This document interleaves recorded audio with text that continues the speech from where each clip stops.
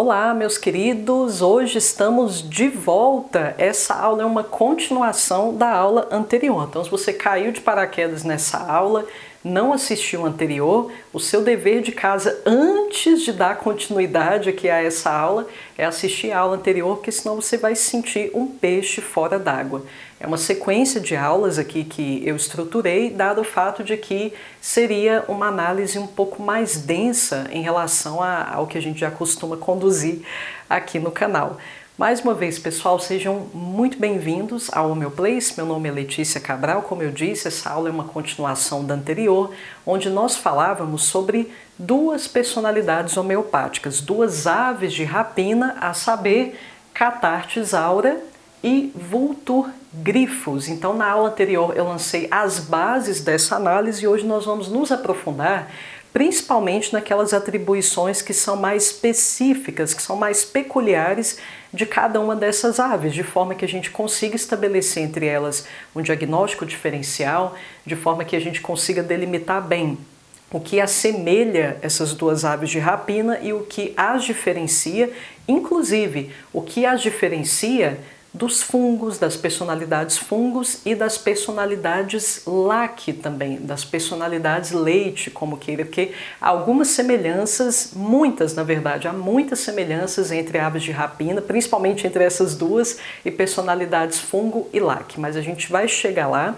Nesse primeiro momento, pessoal, a gente vai dar continuidade chamando atenção para os estágios a que pertence cada uma dessas personalidades. Então, a gente já vai começar a adentrar no território das diferenciações. Então, as diferenças até agora, veja que eu chamei muita atenção para semelhanças. A gente começou a estabelecer o diferencial entre elas quando eu apresentei para vocês esse conceito dos ecos interiores. Eu deixei claro que, enquanto Cathartes, digamos, vibra majoritariamente aqui no eco universal, Vultur está no extremo oposto. Vultur apresenta como eco predominante o eco nihilista. Então, a partir dessa análise, a gente já começou ali a lançar luz sobre as diferenças entre elas. Veja que, segundo esse ponto de vista, nós percebemos que, principalmente em relação à visão de mundo, já são personalidades diametralmente opostas. As similaridades, nesse caso aqui,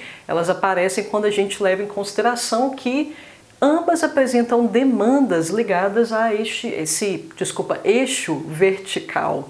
Então, no fim das contas, não são demandas muito ligadas à materialidade. Por isso que, é igual havia salientado para vocês anteriormente, já na primeira aula, são personalidades que elas não apresentam demandas triviais. São personalidades que apresentam demandas mais profundas, mais metafísicas, de cunho mais transcendental. Por isso que é raro a gente receber essas personalidades em nosso consultório. Igual eu falei, normalmente a gente vai ter muitas demandas, muitos sofrimentos ligados a usufruto dos prazeres, crises existenciais ligadas à possibilidade de não ter recursos mais para financiar esse usufruto desvairado, e vamos ver muitos desequilíbrios associados ao apego a esses recursos que poderia financiar esse deleite todo aqui que a gente vê no eco hedonista. Antes, pessoal, ainda da gente começar aqui, retomar a nossa análise dessas duas personalidades, eu queria só deixar claro o seguinte, que isso tem sido relativamente recorrente, então já tinha chamado a atenção de vocês para isso, mas eu sinto a necessidade de ser repetitiva. Eu serei aqui para alguns enfadonha, mas eu percebo que eu preciso repetir a exaustão isso aqui. Tem muita gente que aqui nos comentários deixa para mim algumas sugestões de pautas para vídeos futuros. E o que aparece muito, pessoal, são temas soltos. As pessoas querem que eu trate sobre alguns temas soltos, por exemplo, ansiedade, querem que eu trate sobre déficit de atenção, hiperatividade, querem que eu trate sobre, de repente, algo ainda mais peculiar, algo ainda mais específico, como é o caso de inveja, ciúmes, relações afetivas e a homeopatia, como é que a homeopatia pode ajudar nessas questões, homeopatia insônia, homeopatia e compulsão alimentar. Pessoal, deixar claro, de novo, vamos recapitular aqui, uma coisa que eu já repeti várias vezes, homeopatia, mesmo os veteranos às vezes acham que entenderam isso e aí depois de uma análise um pouco mais detida sobre isso que eu vou falar agora, percebem que ainda não captaram a essência da mensagem, dessa declaração aqui, que é a seguinte: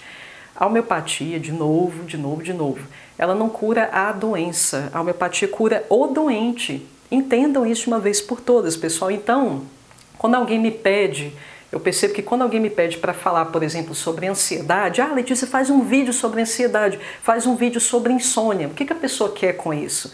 A pessoa normalmente ela quer que eu trate sobre homeopatias, personalidades homeopáticas que apresentam a insônia como uma queixa principal ou um de seus grandes calcanhares de Aquiles. Pessoal, isso tem um nome, isso aí é um fenômeno denominado e que infelizmente tem recebido cada vez mais adeptos dada a facilidade de surfar nessa onda, que é a alopatização da homeopatia. O que é a alopatização da homeopatia? Implica, pessoal, implica o seguinte: eu vou analisar superficialmente o caso daquele doente, e aí, com base na queixa principal que ele está apresentando, que seria, por exemplo, aqui a insônia ou a ansiedade, eu vou indicar um determinado medicamento homeopático. Ou seja, eu estou me deixando enganar pela pontinha do iceberg, que é aquele incômodo que normalmente o doente traz ali como queixa principal no nosso consultório. Então ele vem realmente com uma dor central. Mas a gente, enquanto homeopata, pelo menos legítimo, genuíno, autêntico, a gente não pode parar por aí, pessoal. A gente precisa ter aquela queixa principal, igual eu falei, como a ponta visível do iceberg. Mas por baixo daquele sintoma que é trazido como a dor central, existe uma dinâmica mórbida muito mais complexa, que normalmente ela jaz a um nível subjetivo, a um nível muito profundo. E é essa profundeza invisível do iceberg que vai merecer muito mais a nossa atenção. Ou seja, insônia é aquela pétalazinha da flor que está muito mais para fora, que está num nível muito periférico. Isso é muito pouco para se trabalhar em se tratando de condução de caso segundo a abordagem homeopática. Então, pessoal, eu corro muito desse tipo de tendência porque é igual Hahnemann deixa claro para a gente. Às vezes, em situações muito excepcionais que deveriam ser tomadas como exceção e não a regra, a gente pode e deve indicar o medicamento homeopático com base numa queixa que ela se revela muito incômoda ali para o doente. Às vezes a gente precisa de uma carta na manga emergencial. Às vezes não dá para tomar o caso tal como seria aqui o ideal, passar horas ali com o doente, o entrevistando, consultando ali, revisitando suas memórias, como foi a sua experiência de vida na infância. Às vezes não dá, a pessoa precisa de um alívio rápido. Mas é igual eu falei, pessoal, esse tipo de situação é exceção, isso não pode ser tomado como regra, porque senão aí a gente cai nesse fenômeno da alopatização e mais, a gente palia o processo curativo do doente. Ou seja, como a gente não está com os olhos postos na causa daquela dinâmica mórbida, a tendência é que os resultados sejam muito superficiais, resultados sejam muito efêmeros, ou pior ainda, provável que a pessoa nem vá auferir resultado algum. Então é por isso, pessoal, que eu não gravo vídeos tratando sobre uma queixa solta. Eu vou falar sobre ansiedade. Por que eu evito esse tipo de abordagem? Para não cair nessa tendência que, infelizmente, eu já percebo como massiva, a alopatização da homeopatia, o que a gente percebe em muitos casos envolvendo policresto. Você sofreu algum trauma? O homeopata muitas vezes nem analisa o que está por trás daquele trauma, qual que é a experiência, a vivência pessoal, individual do doente em relação àquele trauma. Vê essa palavra trauma, arnica. Muitas vezes também a gente vê muito, tem vários policrestos que são vítimas disso aqui, pessoal. Policrestos são aqueles medicamentos tidos como grandes, centrais na farmacoteia homeopática. A gente vê muito isso também com laqueses. Sujeito é ciumento, laqueses. Você não dorme, precisa de áudio, não tem tendência suicida, áudio metálico. E aí a gente já viu no que dá, pessoal. Isso é muito pouco, isso é muito raso para uma abordagem genuinamente homeopática. Então, como eu já percebo que essa tem sido a tendência majoritária, muito, pessoal, vou direto ao ponto, por preguiça de estudar, muito por apego a fórmulas prontas, receitas de bolo, apego à farofa, que é fácil de fazer, que é mais acessível, a gente vai cedendo, desonrando, adulterando as bases da abordagem homeopática. Então, eu não vou aderir a essa tendência, pessoal, que eu já percebo que ela tem assumido um corpo mais robusto cada vez mais. Então eu não vou municiar essa tendência, me recuso a municiá-la dada a muitas aberrações no sentido de adulterações na prática homeopática que vem surgindo cada vez mais hoje em dia. Então por isso eu evito esse tipo de abordagem, porque a tendência, dada aí a preguiça da maioria, a tendência é infelizmente tomar a exceção, que Hahnemann mesmo deixa claro que é uma exceção, como regra. Voltando, pessoal, agora vamos nos aprofundar cada vez mais no que diferencia essas duas aves de rapina. No caso de Cathartes, veja bem, Cathartes seria uma personalidade homeopática que estaria situada no estágio 16, conforme a classificação de Schouten, enquanto Vultur Grifos estaria no estágio 15. De novo, pessoal, para quem ainda não conhece muito, aluno, estudante que ainda não conhece muito as abordagens contemporâneas, quando eu falo de estágios, estou me referindo ao método periódico de Schouten. Então veja bem, o próprio nome já nos leva a deduzir do que se trata. Se eu estou falando de método periódico, tem a ver com tabela periódica? Sim. Significa o seguinte, se eu pudesse transformar essas aves de rapina em elementos da tabela periódica, em que coluna da tabela eu situaria esses medicamentos? No caso aqui de Cathartes, eu colocaria na coluna 16, junto com oxigênio, junto com enxofre, junto com selênio, junto com telúrio. Agora, no caso do estágio 15, 15ª coluna da tabela periódica, se eu pudesse transformar a Vultur em um elemento, eu colocaria aqui no estágio 15, junto com nitrogênio, junto com fósforo, junto com arsênico. O arsênico é muito representativo do estágio 15. E o que isso diz pra gente, pessoal? Isso já diz muito acerca do núcleo do sofrimento de cada uma dessas personalidades. Então veja aqui, pessoal, quando eu estou falando, acho interessante a título didático a gente até começar aqui pelo 15, porque o 15 antecede aqui as temáticas do estágio 16. E aí automaticamente, se a gente fala um pouco sobre o sofrimento do 15º, aqui da 15ª coluna, 15º estágio, vai ficar bem mais fácil até da gente deduzir o que acontece aqui nas personalidades que ressonam com o estágio 16.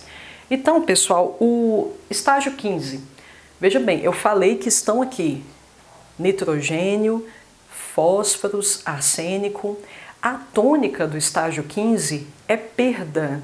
Já existe essa percepção clara de que eu estou decaindo, eu estou me perdendo, eu estou indo ladeira abaixo. Então existe essa percepção de que o império está desmoronando. E todos os traços de personalidade que vocês percebem aqui em matérias médicas que estão no estágio 15 são reações a essa perda, reações a essa percepção de que eu estou sucumbindo, eu estou caindo. E é interessante, pessoal, que fósforo está aqui. Mas veja, o que a gente percebe, principalmente no fosfórico equilibrado, é uma expansão, são pessoas dóceis, são pessoas alegres, são pessoas muito empáticas. Então, Letícia, como é que essas pessoas estão aqui no estágio 15? Mas se você leva em consideração que o estágio 15 fala de perda, você facilmente chega à conclusão de que o espírito de sacrifício seria uma forma de lidar com a perda e uma forma de explicar, inclusive, essa efusão, essa empatia, simpatia exagerada que a gente percebe nos fosfóricos. Então, veja, se a minha percepção de mundo é que eu estou sucumbindo, eu estou decaindo, então ok, eu decido, agora, como essa percepção está muito clara para mim, então para eu reagir a isso, como eu estou me perdendo mesmo, eu vou decidir me doar 100% aos demais, 100% ao mundo. Então veja, é uma forma de lidar com a perda, é uma forma muito mais, menos desesperada de lidar com a perda em relação ao que a gente vai notar em nitrogênio, onde a gente percebe muito amargor, um espírito até de vingativo aqui, eu tô caindo, mas eu vou lembrar quem me jogou no buraco. Os nítricos, eles são muito conhecidos por seu veio revanchista, por seu impulso de retratação. Arsênico é muito representativo, pessoal, que é como a maioria reage à perda. Então veja, eu percebo que eu estou sucumbindo, mas eu ainda quero evitar aquilo. Então é isso que eu quero que vocês tenham em mente quando a gente pensa no estágio 15 reverberando sobre Vultur. Em Vultur ainda existe esse espírito de negação. E negação de quê, especificamente? Negação daquilo que eu percebo como imutável. aquilo que eu não consigo fragmentar, aquilo que eu não consigo negar. Veja bem, por que eu estou falando de fragmentação? Porque não é justamente o eco nihilista, tal como eu havia salientado a vocês, que repercute aqui em Vultur. Aqui no eco nihilista, tal como eu já havia enfatizado para vocês na aula anterior, não prevalece uma tendência justamente oposta à do eco universal, que é de síntese, encontrar um significado, encontrar uma coerência, uma coesão em tudo. Aqui é o contrário, enquanto aqui prevalece a síntese, aqui no eco nihilista prevalece a antítese disso, a análise. Eu quero fragmentar tudo para que eu possa entender as partes que compõem esse todo. Veja, pessoal, no tocante à morte, no entanto, quando a gente avalia a morte, a gente não consegue fragmentá-la. Ela é o que é. Ela é, na verdade, a única certeza que a gente tem, pessoal. Um pouco clichê eu falar isso, né? Porque toda hora alguém sopra isso nos nossos ouvidos, né? Hoje em dia. Mas realmente é uma grande verdade isso. É a única certeza que a gente tem. Mas para uma personalidade nihilista, isso atormenta. Não, isso não pode ser tão certo assim. Eu tenho que conseguir questionar isso, eu tenho que conseguir confrontar isso. Não é justamente o confronto, o questionamento incessante que prevalece aqui. Então, quando o nihilista, e Vultur seria o máximo da representação do eco nihilista, quando ele está diante de uma verdade irrefutável, isso aqui causa para ele uma inquietação muito grande. Porque, na verdade, ele é aquele que afronta, ele é aquele que questiona tudo, ele é aquele que se confronta com tudo. Mas contra a morte não tem como você confrontá-la, ela vai te abraçar em algum momento, não tem como você questionar a veracidade, a substância disso. Aí chega num determinado momento, pessoal, que o indivíduo finalmente ele aceita, ele percebe que não é. Se eu quero desafiar essa tal de morte, se eu quero realmente atestar que eu posso superá-la, primeiramente eu vou ter que aceitá-la. Então a gente percebe aqui dois momentos da personalidade Vultur. É aquele momento em que aparentemente ele é relutante. A gente soa como uma espécie de desafio à própria morte. O indivíduo está o tempo inteiro, às vezes, se colocando em situações extremas. É como se ele não tivesse medo de absolutamente nada. Aquela postura temerária, aquela postura altiva, até um pouco arrogante, soberba, impetuosa. É isso, essa é a tônica central aqui de Vultur. É o que fica ali em primeiro plano. Mas por trás disso existe esse anseio de estar desafiando, no fim das contas, a gente analisa ali profundamente, a própria morte em si. Até que chega um momento que ele percebe que não, realmente é idiotice eu tentar desafiar a tal da morte com essa abordagem de desafio, de confronto. Então sabe o que eu vou fazer? Eu vou aceitá-la. Eu vou aceitar que ela vem, e aí quando ela vier, finalmente eu entendo o que vai acontecer, e aí eu vou encontrar um meio de superá-la, talvez. Eu vou encontrar um meio de driblá-la. Assim que eu estiver diante dela, talvez nesse momento que eu estiver frente a frente com ela, talvez aí eu consiga. Então a gente percebe que ele passa desse extremo da negação para aquela antítese onde ele parece buscar a própria morte. Então aquele sujeito que ele tenta trazer para si mesmo situações de altíssimo risco. Ele tenta se colocar naquele ponto de altíssima vulnerabilidade. É como se agora ele saísse daquele patamar, igual eu falei, de negação, ele está de peito aberto, só aguardando.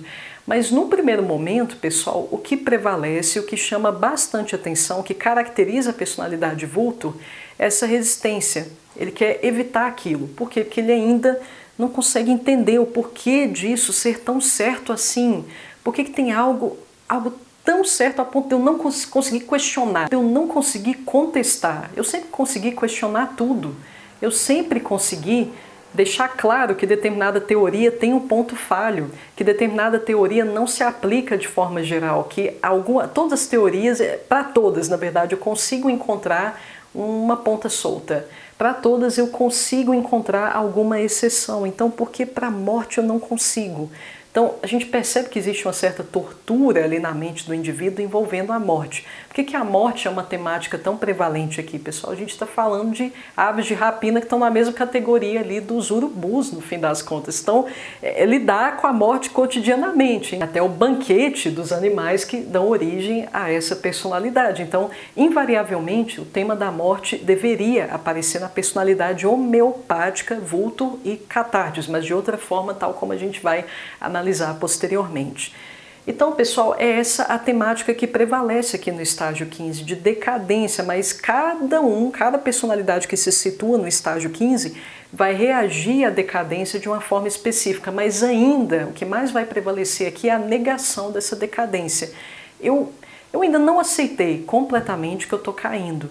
Eu ainda não aceitei completamente que eu estou morrendo, que a morte vai me vencer. Eu sou muito arrogante, sou muito orgulhosa para assumir isso, no fim das contas.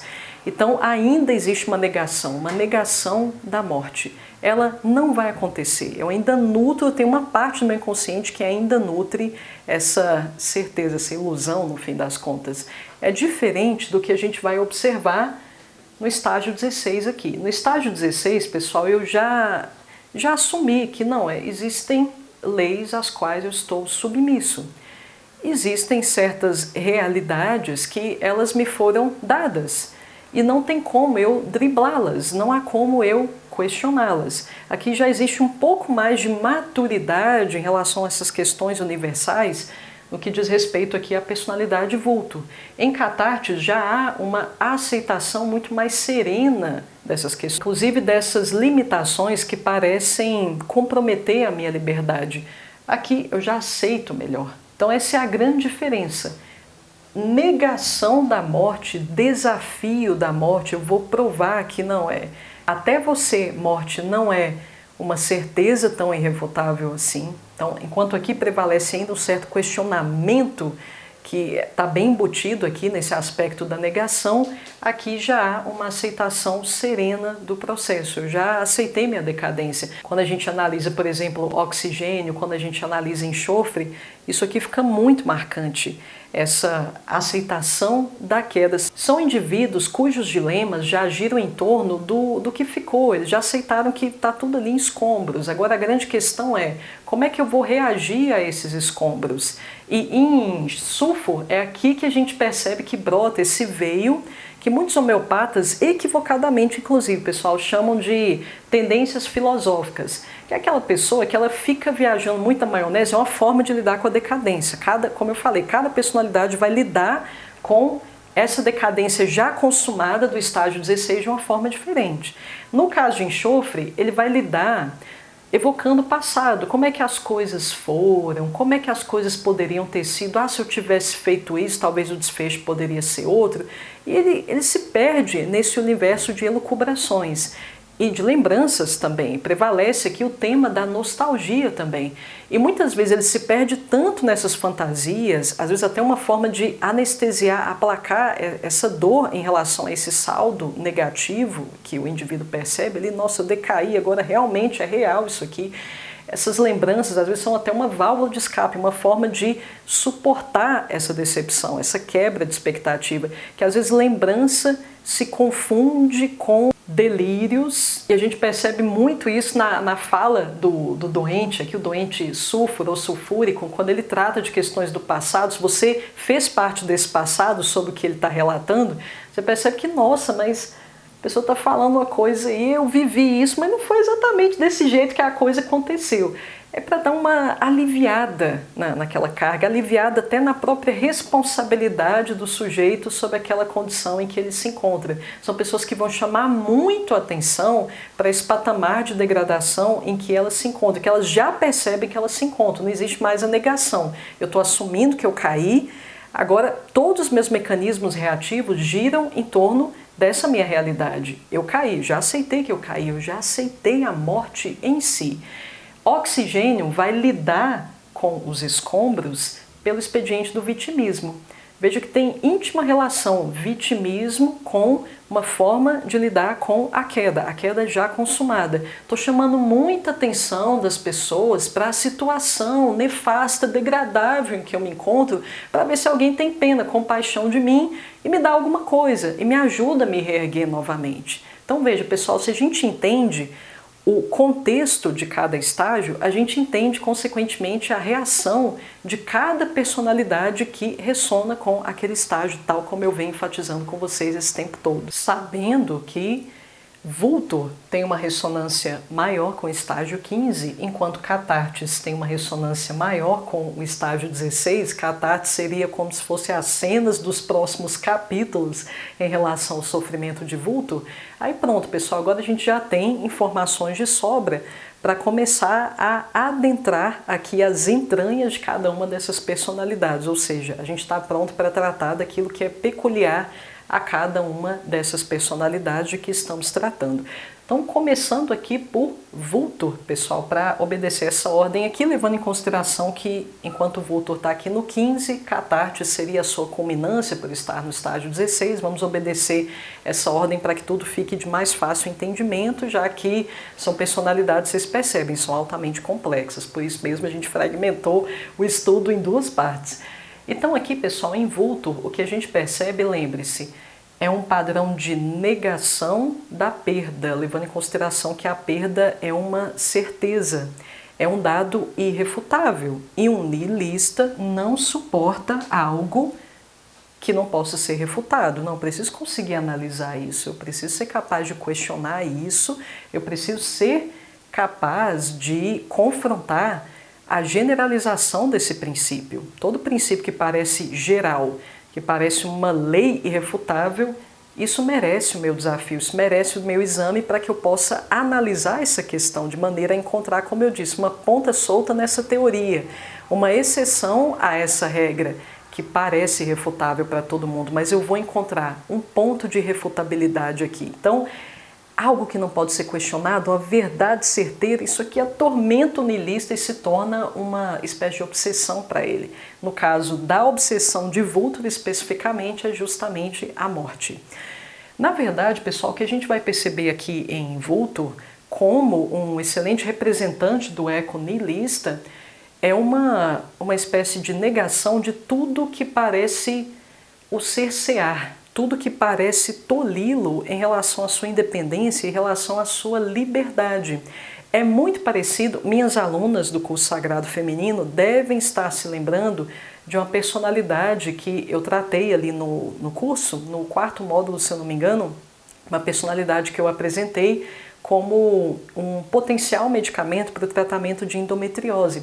E nós tínhamos ali, a personalidade em questão seria justamente a versão homeopatizada da ruda síria, pegando o Armala, onde a gente via um padrão muito parecido com o de Vultur, que é da negação de tudo aquilo que soa como limitador, tudo aquilo que me soa como algo que me condiciona, sem necessariamente eu ter tido a oportunidade de dizer se eu queria ou não aquilo. Por exemplo, pessoal, chega ao ponto do sujeito Vultur implicar com a própria realidade corpórea dela. Não, como assim? Eu tô fadado a ficar aqui nesse corpo? Não, eu posso transitar da matéria para o âmbito imaterial. O corpo parece para o sujeito Vultur uma espécie de prisão. Não, é porque eu tenho esse corpo, eu sou obrigado a agir em consonância ao sexo desse corpo. Isso é um condicionamento, isso é um tipo de prisão. Não, eu tenho que conseguir refutar isso aqui, eu tenho que ser capaz de confrontar isso. Como assim essa realidade vai me determinar? De jeito nenhum. Então veja, tudo aquilo que parece moldá-lo sem a sua aquiescência, sem a sua concordância, aquilo que parece delimitá-lo, que parece diminuir a sua liberdade, é alvo da sua implicância, é alvo da sua análise, aquelas questões que parecem determinar em demasia a minha personalidade. Isso merece a minha obsessão filosófica, isso merece a minha análise. Não preciso ser capaz de quebrar, romper com esses grilhões limitadores.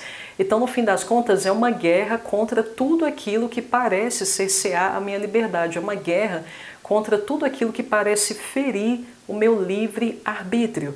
Veja bem, pessoal, no fim das contas eu não estou obsessivamente negando a morte, tudo que remeta à morte. Então não poderia ser algo difícil da gente deduzir. O que a gente vai observar aqui é uma verdadeira aversão a tudo que remete à própria morte. Então, excrementos, tudo que remete a resto. Eu tenho um nojo exagerado de fezes, por exemplo, de urina, a pessoa que se higieniza demais, tem uma verdadeira obsessão por isso. Que veja, se eu estou negando muito o fim, no fim das contas eu tendo a me aproximar muito mais dele, pessoal. Parece que ele me atormenta muito mais e tudo aquilo que remete ao fim parece que me atormenta infinitamente mais. Eu me aproximo mais daquilo, porque no fim, pelo fato de estar negando obsessivamente aquilo, eu estou trazendo aquele tema cada vez mais para a minha psique. Então o que acontece aqui é que, no afã de negar a morte, num primeiro momento é justamente o que a gente percebe aqui, eu me aproximo cada vez mais dela, porque ela não deixa a minha mente, eu sinto que eu tenho que negar aquilo o tempo todo, isso não vai acontecer comigo, eu desafio a própria morte. Então o que a gente vai perceber aqui é uma espécie de entorpecimento dos sentidos, é como se eu começasse já a viver uma espécie de morte, de tanto negá-la, de tanto me afixar-me na sua negação. Então aquela pessoa que ela pode ter uma ressonância muito grande, pessoal, curiosamente é o que a gente percebe muito hoje em dia, com filmes, por exemplo, de zumbi, temáticas de mortos-vivos, aparecem zumbis demais nos sonhos de vultur-grifos. Por quê? Porque o zumbi, ele seria justamente o arquétipo representativo desse limbo. Eu estou vivendo, mas eu estou flertando demais com a morte, que eu estou obsessivamente preocupada com ela, então eu pareço viva apenas. Então o sujeito, ele tanto se sente como ele se comporta como se estivesse num limbo. Ele está aqui, no mundo dos vivos, mas ao mesmo tempo não está. É essa impressão que a gente tem. E em função dessa sua rebeldia, de negar tudo aquilo que o cerceia, o que vocês conseguem deduzir, pessoal? Que é aquela pessoa que ela não vai se permitir nenhum elemento estruturante. Por exemplo, o que é um elemento estruturante? Uma religião é o elemento estruturante. O meu corpo, querendo ou não, é o elemento estruturante, a minha orientação sexual, digamos, as minhas preferências, os meus hobbies, meu conjunto de crenças. Ou seja, se eu nego todos esses elementos que me estruturam, pelo fato de eu enxergar tudo isso como uma prisão, no fim das contas eu não consigo consolidar uma identidade, eu não consigo consolidar uma personalidade, pessoal, no fim das contas. Então veja, imagine, eu tenho uma determinada convicção agora, daqui a pouco eu implico que aquilo ali está me prendendo demais, eu mudo de ideia, eu mudo de convicção. Então sou uma pessoa com quem ninguém pode confiar, porque eu vou mudando a casaca a cada momento por entender que as casacas são prisões. Então vocês entendem aqui a profundidade das crises a que essa personalidade vultur pode chegar.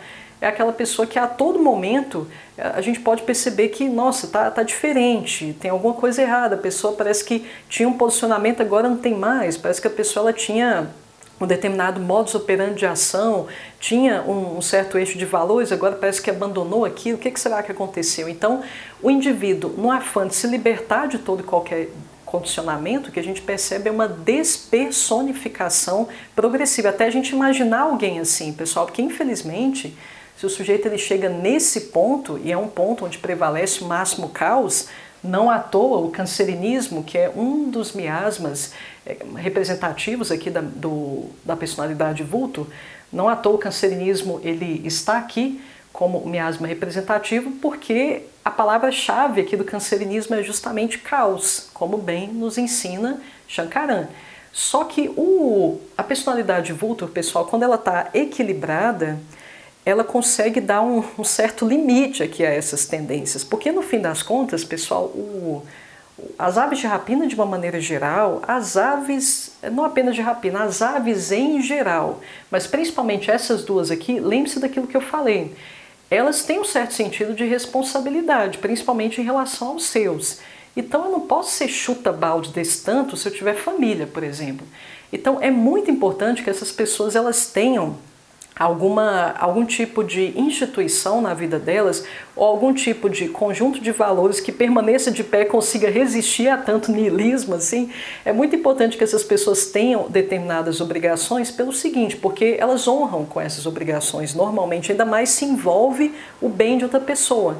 Não, eu não posso largar meu emprego. Eu vejo meu emprego como algo que me limita, porque eu sou uma personalidade vulto. Então eu quero romper com tudo aquilo que eu percebo que está me aprisionando, que está me condicionando de alguma maneira. Eu quero romper com tudo isso.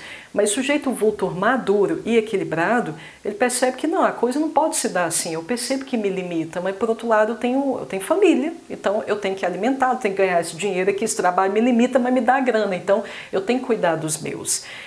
Inclusive, pessoal, quando esse sujeito ele decide aceitar a própria morte, essa aceitação ela passa pelo crivo do sacrifício. Então tá, beleza, eu vou aceitar a morte porque, bom, só aceitando essa bendita morte é que eu finalmente vou conseguir comprovar que ela não é uma lei tão geral assim. Eu vou conseguir superar a própria morte. Aí por fim o sujeito aceita. Só que quando ele aceita, existe algo como uma inclinação ao sacrifício aqui.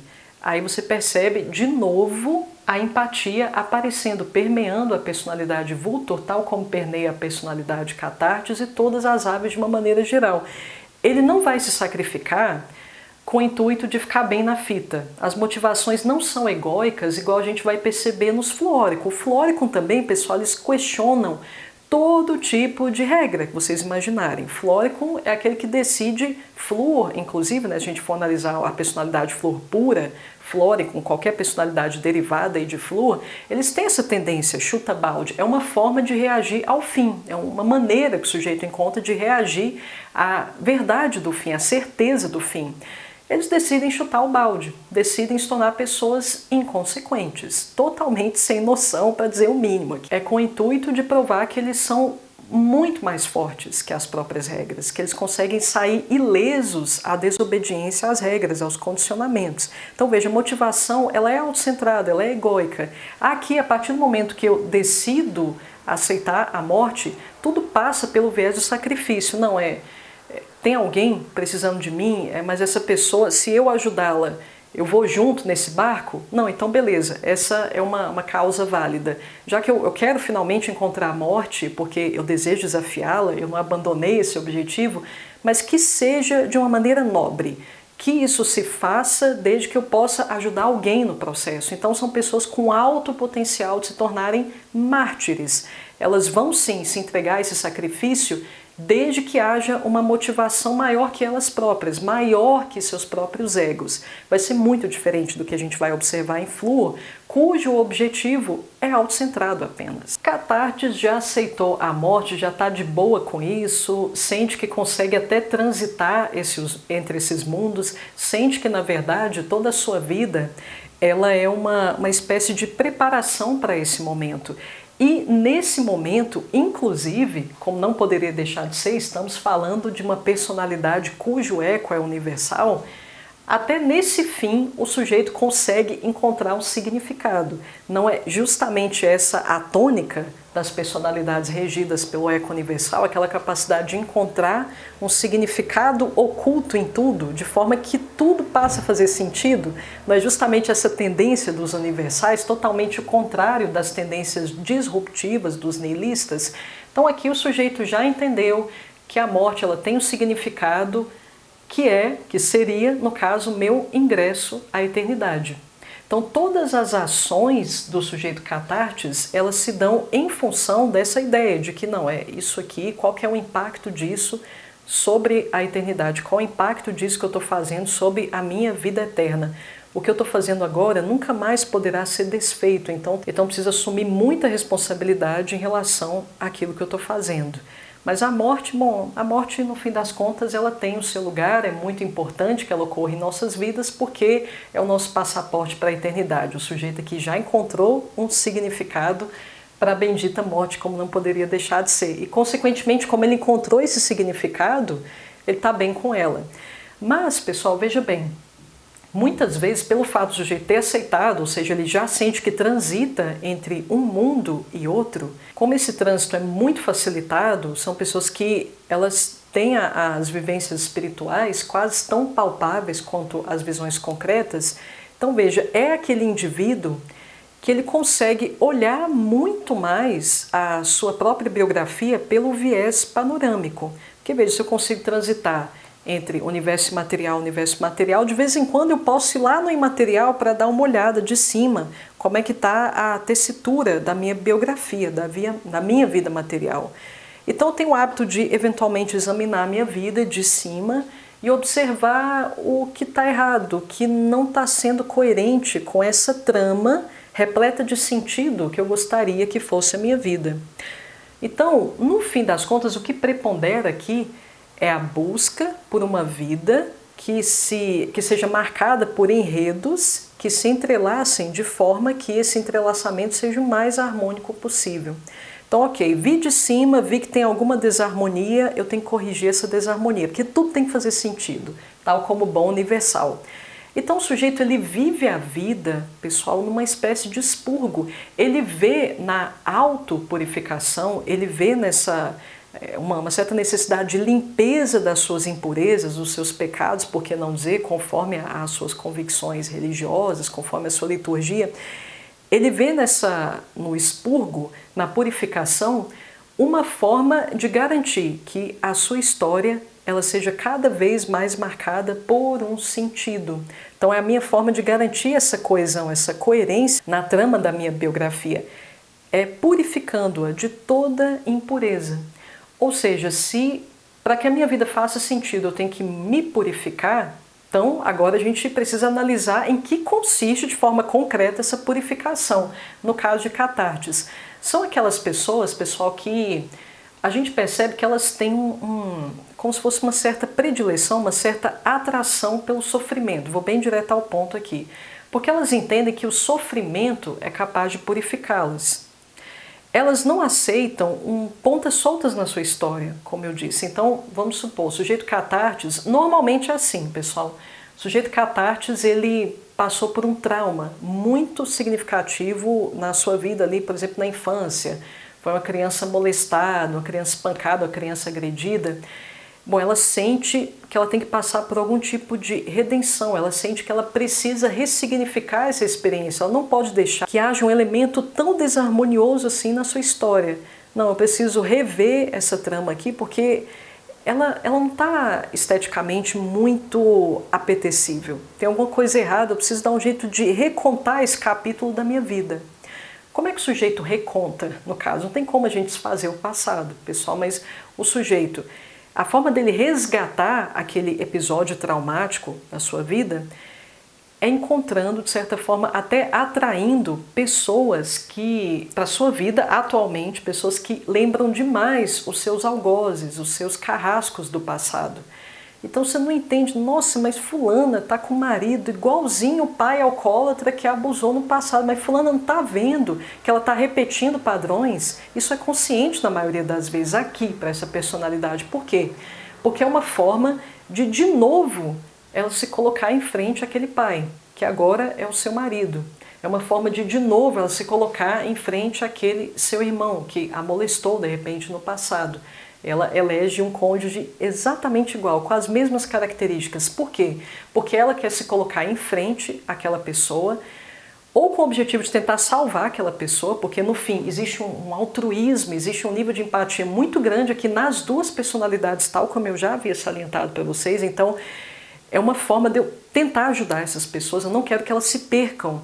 Eu tenho a impressão de que elas vão trair as suas biografias, a história delas não vai fazer sentido, vai ter alguma ponta solta. Eu quero que todas as histórias façam sentido. Então, bom, é uma forma de eu tentar salvar aquela pessoa. Então, normalmente, são indivíduos que serão terapeutas de seus cônjuges, a gente percebe muito isso na personalidade catartes, mas também é uma forma de eu me purificar daquele passado. Às vezes eu noto que ainda existe um rancor, ainda existe uma mágoa. Então, se eu me coloco de novo em frente, aquele pai que me molestou, aquele irmão que me espancou, se eu agora me coloco de frente, porque eu estou com outra versão deles aqui na minha frente agora, é uma forma de eu ressignificar as minhas ações, de eu rever as minhas ações. Se na época eu agi com rancor, agora eu vou agir com compreensão, agora eu vou agir com benevolência. e esse será o meu expurgo, essa vai ser a minha expiação. Eu tenho que me purificar de todo esse ódio, eu tenho que me purificar de toda essa raiva, porque se eu entrar na eternidade desse jeito, a minha vida não terá feito sentido. Eu terei deixado essa vida material com a pendência, e as coisas têm que fazer sentido de forma harmônica. Eu tenho que contar uma biografia digna de ser lida, uma biografia marcada por um desfecho harmônico. Eu não posso deixar essa pendência, essa ponta solta aqui, porque isso não vai fazer sentido no final. Então veja, é um sujeito que ele se coloca o tempo inteiro em confronto com aquelas situações que o incomodam, já o incomodaram no passado, com o intuito de expiação, com o intuito de se expurgar.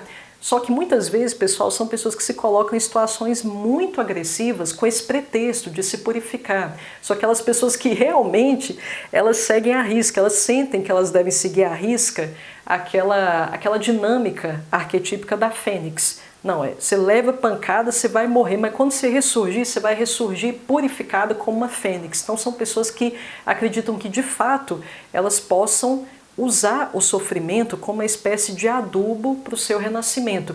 É muito parecido com o que a gente vai perceber nos fungos. Os fungos também, pessoal, a gente tem a impressão que é aquele tipo de gente que só prospera na confusão.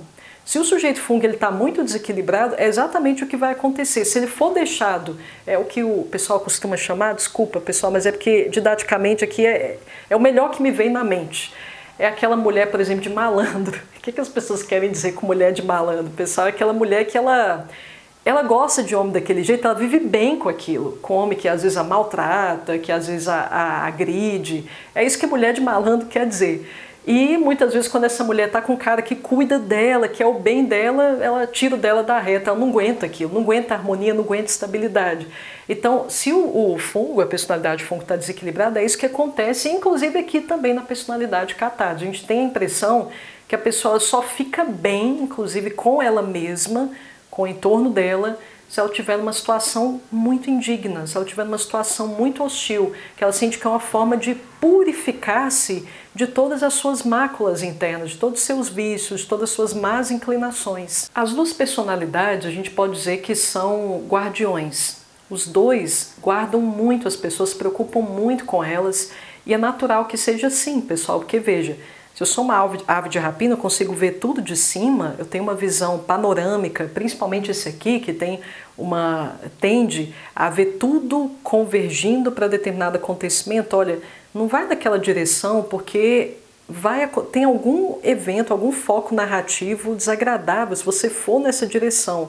Se você for nessa direção, isso vai confluir para um desfecho ruim, isso vai confluir para um mau agouro, então não vá por essa direção. O sujeito catarrh, ele tem muito essa visão panorâmica do que pode ou não acontecer. Por isso que a gente tem a impressão que são pessoas clarividentes mesmo.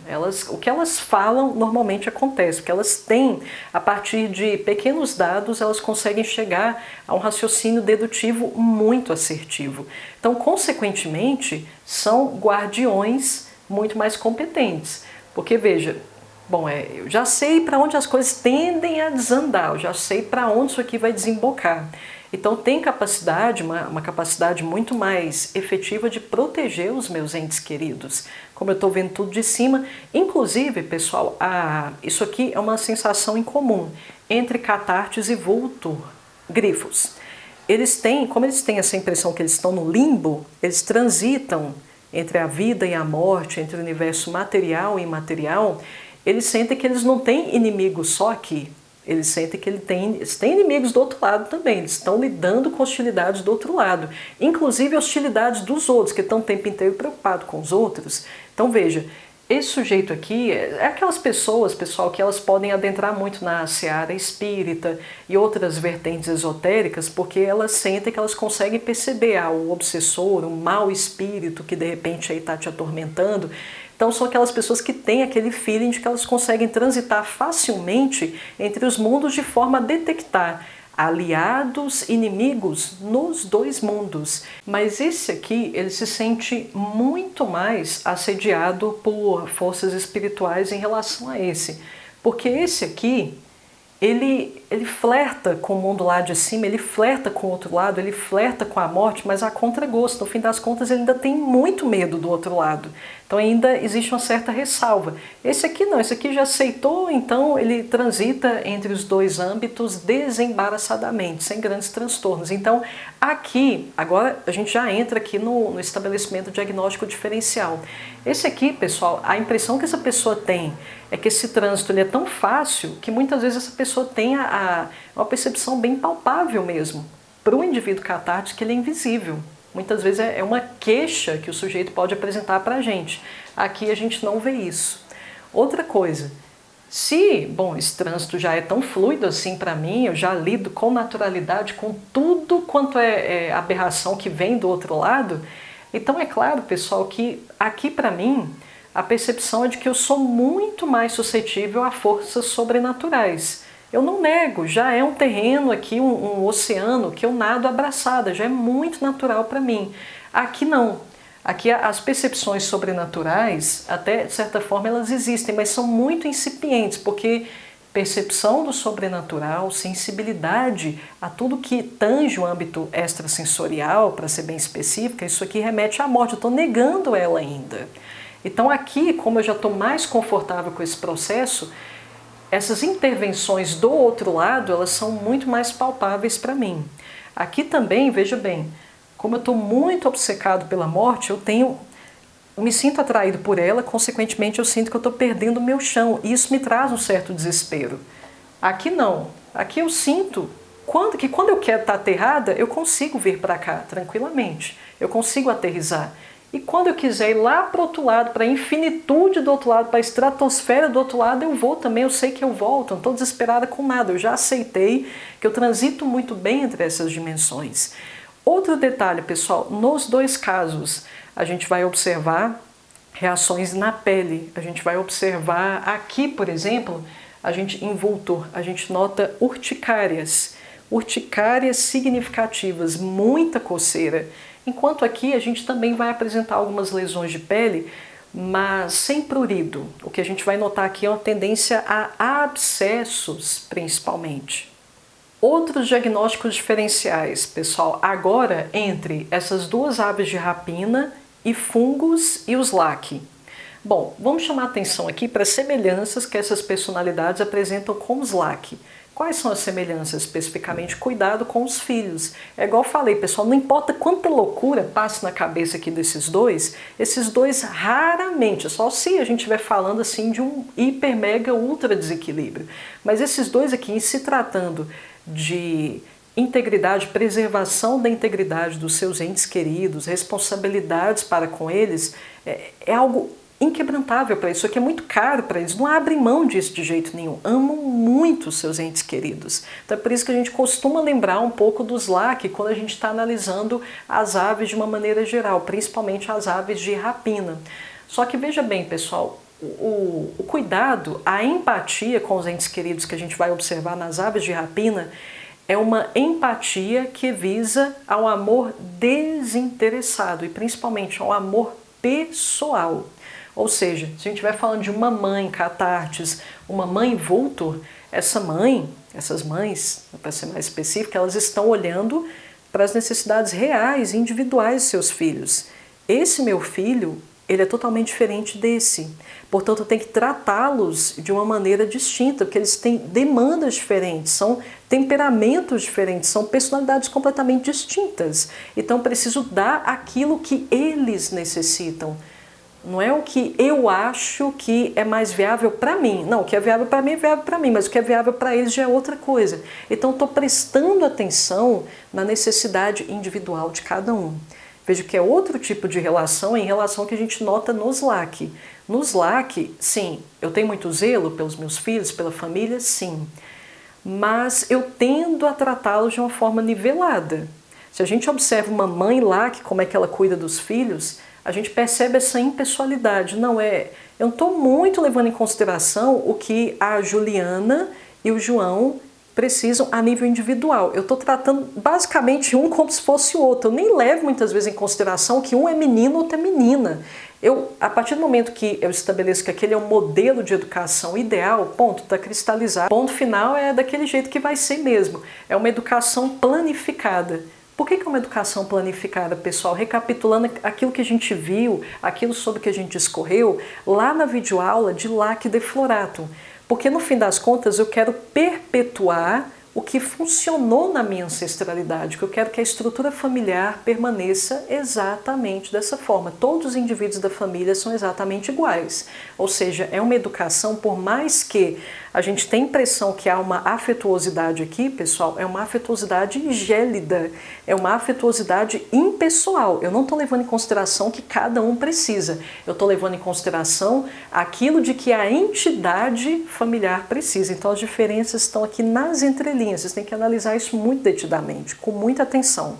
Agora fungo, pessoal, fungo, é igual eu falei, Catartes lembra demais personalidades. Fungo que caça confusão. Caça confusão o quê? Porque vê na confusão uma forma de se purificar. Só que veja, pessoal, as personalidades fungo, elas são personalidades também, igual a gente observa nos Floratum, são personalidades também autocentradas. As demandas dos fungos, elas não envolvem o outro praticamente jamais, pessoal. Posso declarar isso sem medo de errar, pelo menos no tocante às demandas da maioria das personalidades fungo. Você percebe que eles seguem à risca demandas deles. E eles vão seguindo aquele roteiro estabelecido que vai apetecer a sua individualidade, não importa se está prejudicando os outros ou não. Então, assim, a jornada que eu escolhi para mim está dando certo para mim, eu vou seguindo em frente. Ok, existe aquela semelhança, principalmente com Catartes, no que diz respeito ali à busca pelo sofrimento para florescer, especialmente se a gente está falando de uma personalidade muito desequilibrada. Sim, existe. Esse fator, ele existe, sim. Só que no caso dos fungos, especificamente, isso aqui vai acontecer por quê? Porque eu quero provar para os outros, veja o ego aparecendo aqui na personalidade fungo, eu quero provar para os outros que eu dou conta do recado em qualquer circunstância. Pode ser na situação mais adversa do mundo, mas eu vou conseguir prosperar, eu vou conseguir reinar. Eu prevaleço, eu comando, eu me sobressaio em qualquer situação.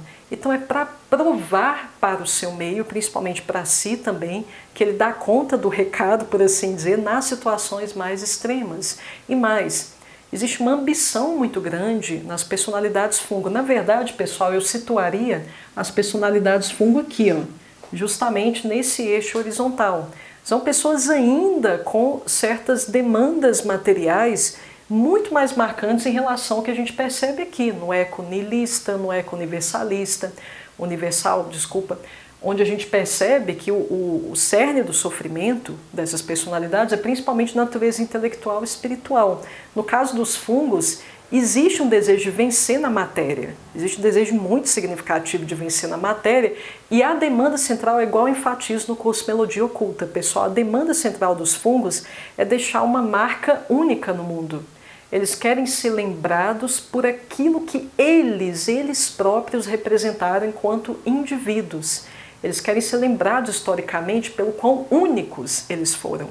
Então a gente não percebe muito essa ambição egóica nas personalidades aves de rapina. Elas querem sim fazer diferença no mundo, existe essa ambição sim, mas é uma ambição amorosa, é uma ambição espiritual. Eu quero fazer diferença na vida das pessoas, não estou chamando atenção para mim. Eu quero impactar o máximo possível de pessoas pelo bem delas.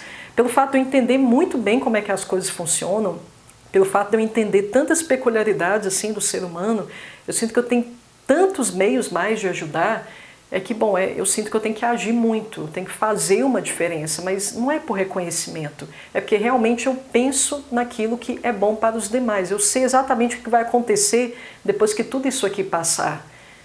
Fica a sua biografia estampada na sua história por toda a eternidade. Então as coisas têm muito peso, principalmente para Catartes. Perceba que a vida é encarada com muito mais densidade, com muito mais seriedade, principalmente por parte desse mocinho aqui. Então é muito diferente de uma demanda egóica meramente, uma demanda que se encerra em mim, tal como a gente vai observar nos fungos. Pessoal, mais uma vez, muitíssimo obrigada por terem me acompanhado até aqui. Na próxima aula ainda a gente vai dar continuidade à descrição de matérias médicas do reino animal, todavia agora com um anfíbio. Eu acho que é a primeira vez que a gente vai falar de um anfíbio, pessoal. Vamos falar de um sapo, inclusive é um sapo famosíssimo aqui na nosso hall de matérias médicas badaladas, ninguém menos, ninguém mais que Buforrana. Me aguardem, pessoal. Agradeço muito terem me acompanhado desde o início aí da maratona. Eu sei que foram aí videoaulas bem densas, então mais motivo para eu agradecer a participação de cada um de vocês até o presente momento. Forte abraço a todos e até a próxima.